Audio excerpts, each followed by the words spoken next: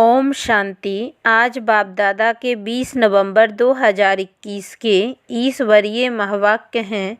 मीठे बच्चे, सबको एक बाप का ही परिचय दो, एक बाप से लेन देन रखो, बाप को ही अपना सच्चा पोता मेल दो। प्रश्न: बच्चों से अब तक भी अनेक प्रकार की भूलें होती रहती हैं, उसका कारण क्या है? उत्तर: मुख्य कारण है योग में बहुत कच्चे हैं। बाप की याद में रहते तो कभी कोई बुरा काम हो नहीं सकता। नाम रूप में फंसेंगे तो योग लग नहीं सकता। तुम पतित से पावन बनने की ही धुन में रहो, निरंतर शिव बाबा की याद में रहो। तुम्हारा आपस में जिस्मानी प्यार नहीं होना चाहिए। गीत: जले न क्यों परवाना। ओम शांति। यह भक्ति मार्ग के गीत गाए हुए हैं। आखिरीन यह सब बंद हो जाएंगे, इनकी दरकार नहीं। गायन भी है। 1 सेकंड में बाप से वर्षा मिलता है। तुम जानते हो, बेहद के बाप से जीवन मुक्ति का वर्षा मिलता है। जीवन मुक्ति अर्थात इस दुख धाम से मुक्त, भ्रष्टाचार पने से मुक्त। फिर क्या बनेंगे? उसके लिए एम ऑब्जेक्ट तो बहुत अच्छी समझाने की है। बाबा ने रात्रि को भी समझाया कि कोई भी आते हैं तो पहले परिचय दो ऊंचते ऊंच भगवान का। पूछते हैं यहाँ का उद्देश्य क्या है, तो पहले परिचय देना है बेहद के बाप का।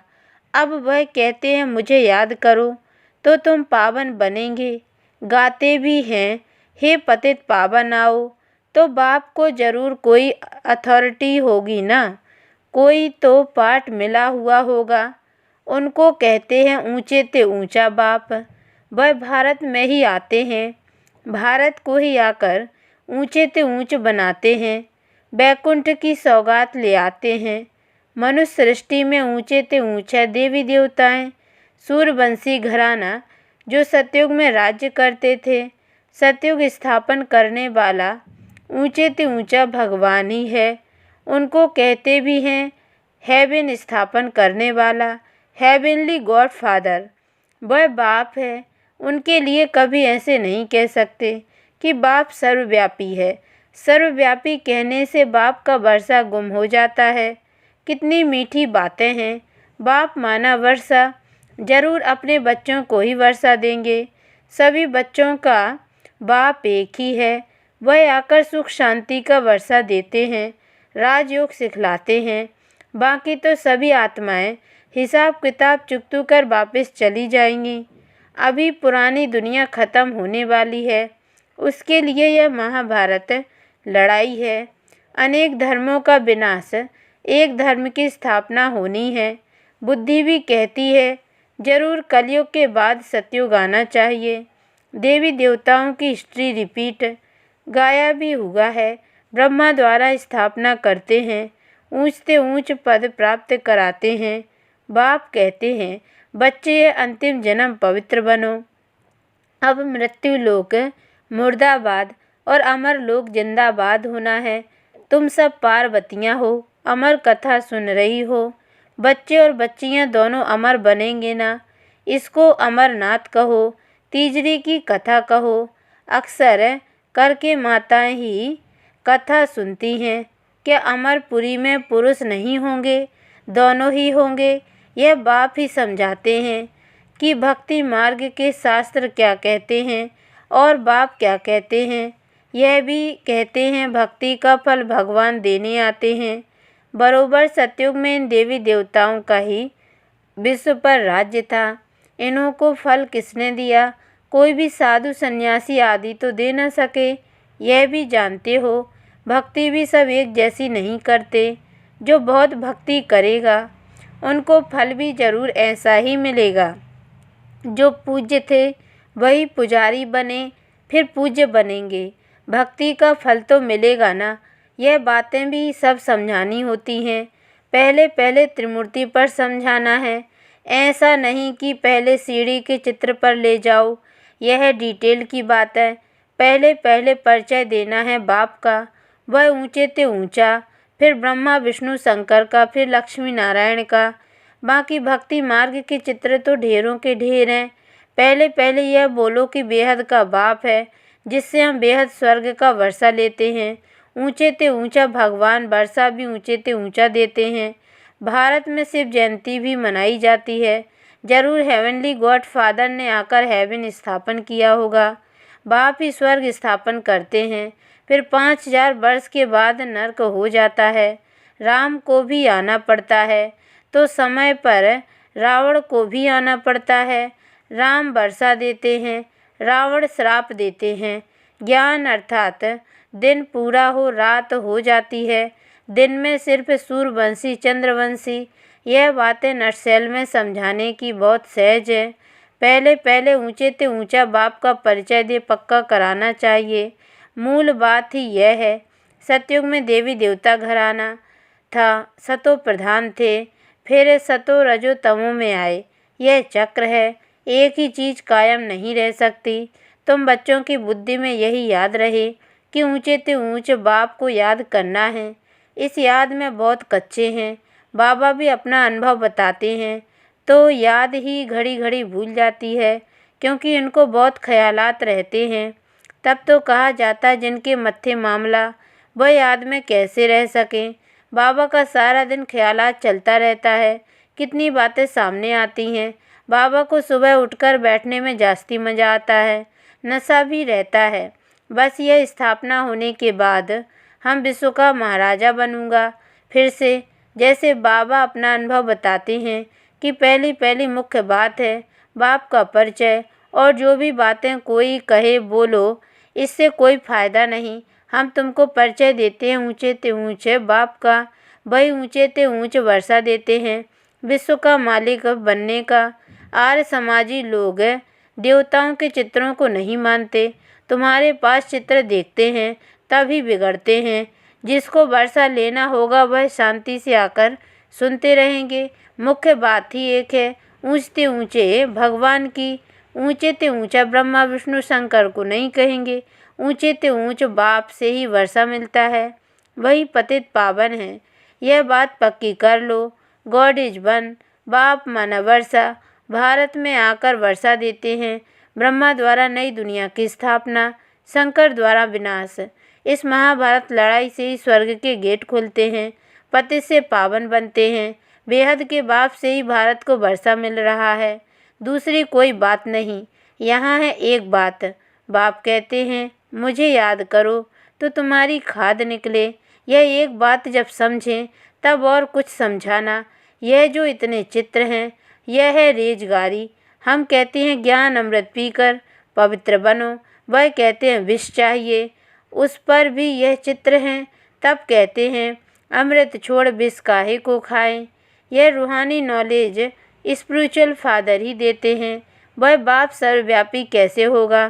तुम बाप को सर्वव्यापी मानते हो तो भल मानो, हम अब नहीं मानेंगे। आगे हम मानते थे, अब बाप ने बताया है यह भूल है। बाप से वर्षा मिलता है, अब भारत नर्क है, उसको फिर हम स्वर्ग अर्थात पवित्र गृहस्थ आश्रम बनाते हैं। आदि सनातन देवी देवताओं का पवित्र गृहस्थ आश्रम था, अभी यह अपवित्र विशेष दुनिया। बाप कहते हैं मुझे याद करो। ऊंचे ते ऊंच शिव बाबा क्रिएटर है, उनसे वर्षा मिलता है। अभी कलयुग में है ढेर मनुष्य, सतयुग में तो बहुत थोड़े मनुष्य हैं, तो उस समय बाकी सब शांति धाम में हैं। तो जरूर अब लड़ाई लगेगी, तब तो मुक्ति में जाएंगे। ये सब बातें बच्चों की बुद्धि में रहनी चाहिए। बच्चों को सर्विस जरूर करनी है, सर्विस से ही ऊंच पद पाएंगे। ऐसे नहीं, आपस में नहीं बनी तो शिव बाबा को भूल जाना या शिव बाबा की सर्विस करना छोड़ देना है, फिर तो यह पद भ्रष्ट हो जाएगा। फिर यह सर्विस करने के बदले डिसर्विस कर देंगे। आपस में लून पानी होकर सर्विस को छोड़ देना, इस जैसा बुरा काम कोई नहीं।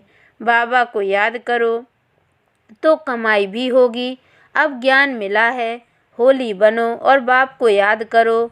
धुरिया कहा जाता है ज्ञान की रिमझिम को, ज्ञान और विज्ञान कहा जाता है। विज्ञान है योग, ज्ञान है सृष्टि चक्र का होली धुरिया। मनुष्य कुछ समझते नहीं हैं। बाप को याद करना और ज्ञान सबको सुनाना। बाबा बार बार समझाते हैं कि ऊंचे ते ऊंच बाप को सर्वव्यापी कह नहीं सकते, नहीं तो खुद किसको याद करते हैं। बाप कहते हैं निरंतर मुझे याद करो, परंतु रचयिता को नहीं जानते तो मिलेगा क्या। ना जानने के कारण सर्वव्यापी कह देते हैं, तो ऊंचे ते ऊंचा सिद्ध कर समझाओ तो सर्वव्यापी की बातें बुद्धि से निकल जाएं। हम सब ब्रदर्स हैं। बाप हर 5-4 वर्ष के बाद आकर वर्षा देते हैं। सतयुग में देवी देवता होंगे, बाकी सब मुक्ति में जाएंगे। सबको बाप का परिचय देते रहो। क्राइस्ट की प्रेयर करते हैं। बोलो क्राइस्ट तो सबका फादर नहीं है ना, सबका फादर तो निराकार है, जिसको ही आत्मा पुकारती है ओ गॉड फादर। क्राइस्ट उनका सन गाया हुआ है, सन से वर्षा कैसे मिलेगा। क्राइस्ट तो रचना है, ऐसे कोई भी शास्त्र में लिखा हुआ नहीं है कि क्राइस्ट को याद करने से आत्मा तमो प्रधान से सतो प्रधान बन जाएगी। एक गीता में ही है कि मामेकम याद करो। गॉड फादर का शास्त्र है ही गीता, सिर्फ बाप का नाम बदली कर कृष्ण का नाम लिख दिया है, यह भूल कर दी है। ऊंचे ते ऊंचा बाप है, वही सुख शांति का वर्षा देते हैं। शिव का चित्र सबको अपने पास रखना है, शिव बाबा यह वर्षा देते हैं, फिर 84 जन्मों में गवा देते हैं। सीढ़ी पर समझाना है, पतित पावन बाप ही आकर पावन बनने की युक्ति बताते हैं। वह कहते हैं कृष्ण भगवान वाच, तुम कहते हो शिव भगवान वाच। फर्स्ट फ्लोर में ऊंचा बाप रहता है, फिर सेकंड फ्लोर में सूक्ष्म वतन, यह है थर्ड फ्लोर। सृष्टि यहाँ है, पीछे सूक्ष्म वतन में जाते हैं, वहाँ ट्रिब्यूनल बैठती है, सजाएं मिलती हैं। सजाएं खाकर पवित्र बन चले जाते हैं ऊपर। बाप सब बच्चों को ले जाते हैं। अब है संगम, इसको 100 वर्ष देने चाहिए। बच्चे पूछते हैं बाबा स्वर्ग में क्या क्या होगा। बाबा कहते बच्चे वह आगे चलकर देखना, पहले तुम बाप को जानो, पति से पावन बनने की धुन में रहो। स्वर्ग में जो होना होगा सो होता रहेगा। तुम पावन ऐसा बनो जो बाप का पूरा वर्षा मिल जाए, नई दुनिया का। बाकी बीच में क्या होता है यह भी आगे चलकर देखना है, तो यह बातें सब याद रखनी चाहिए। ना याद रहने के कारण समय पर समझते नहीं, भूल जाते हैं। बच्चों को कर्म भी अच्छे करने हैं। बाप की याद में रहने से बुरा काम होगा ही नहीं। बहुत बुरे कर्म भी करते हैं, ऐसे थोड़े ही सिर्फ इसी ब्राह्मणी का अच्छा लगता है। वह ब्राह्मणी गई तो खुद भी खलास, ब्राह्मणी के कारण मर जाते हैं, गोया बाप से वर्षा लेने से मरे। यह भी बदकिस्मती कही जाती है। कई बच्चे एक दो के नाम रूप में फंस मरते हैं। यहाँ तुम्हारा जिस्मानी प्यार नहीं होना चाहिए, निरंतर शिव बाबा को याद करना है, कोई से भी लेना देना नहीं है। बोलो हमको क्यों देते हो, तुम्हारा योग तो शिव बाबा से है ना। जो डायरेक्ट नहीं देते उनका शिव बाबा के पास जमा नहीं होता है। ब्रह्मा द्वारा स्थापना होती है तो उनके द्वारा सब कुछ करना है। बीच में कोई खा गया तो शिव बाबा के पास तो जमा नहीं हुआ।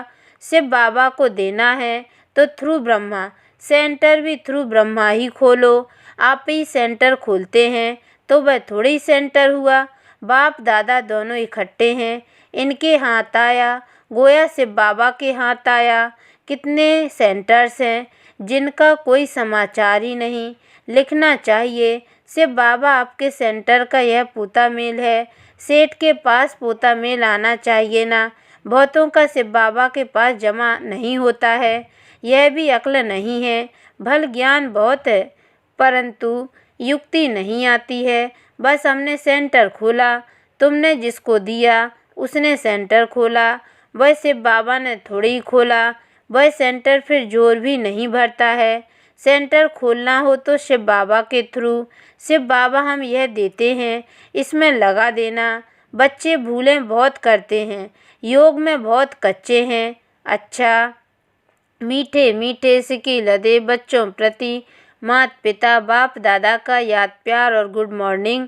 रूहानी बाप की रूहानी बच्चों को नमस्ते।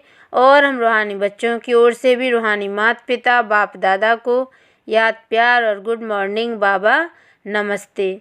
धारणा के लिए मुख्य सार है। पहली पॉइंट है, ज्ञान के साथ साथ अपना भविष्य बनाने की युक्ति भी सीखनी है। एक बाप से वर्षा लेना है, किसी देहधारी के पीछे बदकिस्मत नहीं बनना है। दूसरी पॉइंट है, आपस में किसी बात के कारण बाप की सर्विस नहीं छोड़ना है। सवेरे सवेरे उठकर अपने आप से बातें करनी हैं, याद करने की मेहनत करनी है। वरदान, अनुभव की विल पावर द्वारा माया की पावर का सामना करने वाले अनुभवी मूर्त भव। सबसे पावरफुल स्टेज है अपना अनुभव। अनुभवी आत्मा अपने अनुभव की विल पावर से माया की कोई भी पावर का, सभी बातों का, सर्व समस्याओं का सहज ही सामना कर सकती है और सभी आत्माओं को संतुष्ट भी कर सकती है। सामना करने की शक्ति से सर्व को संतुष्ट करने की शक्ति अनुभव करने के विल पावर से सहज प्राप्त होती है। इसलिए हर खजाने को अनुभव में लाकर अनुभवी मूर्त बनो। स्लोगन, एक दो को देखने के बजाय स्वयं को देखो और परिवर्तन करो। ओम शांति।